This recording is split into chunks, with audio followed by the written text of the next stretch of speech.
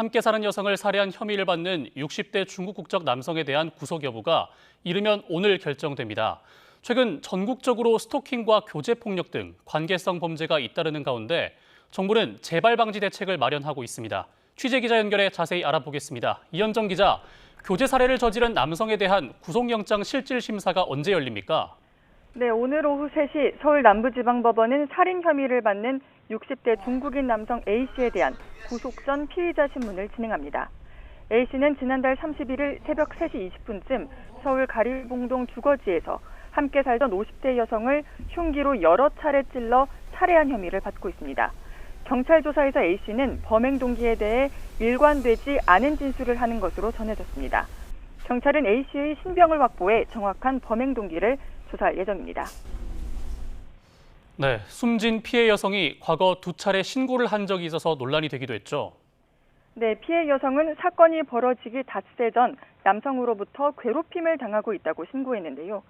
경찰은 피해자에게 수차례 연락해 말다툼이 잘 해결됐다는 답을 듣고 사건을 종결했다고 밝혔습니다.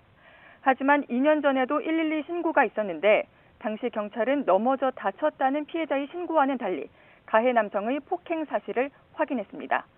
이런 상황에서 교제폭력 등의 관계성 범죄를 관리하는 학대 예방 경찰관 제도 APO 시스템이 마련돼 있었지만 경찰은 2차례 신고 모두 여기에 등록하지 않았던 것으로 확인돼 논란이 됐습니다.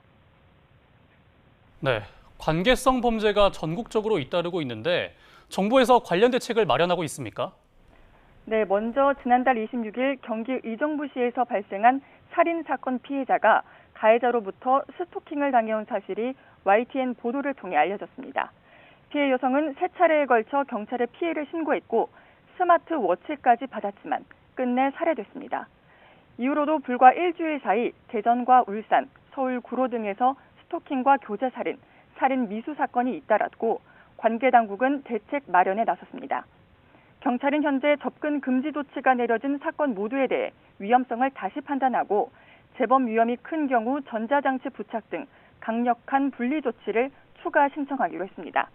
또 접근 금지 조치가 내려진 가해자 주변에 기동순찰대를 집중 투입하고 흉기 소지 여부를 확인하기 위해 가해자에 대한 불심 검문을 실시하는 등 선제적으로 추가 범행을 차단한다는 계획입니다.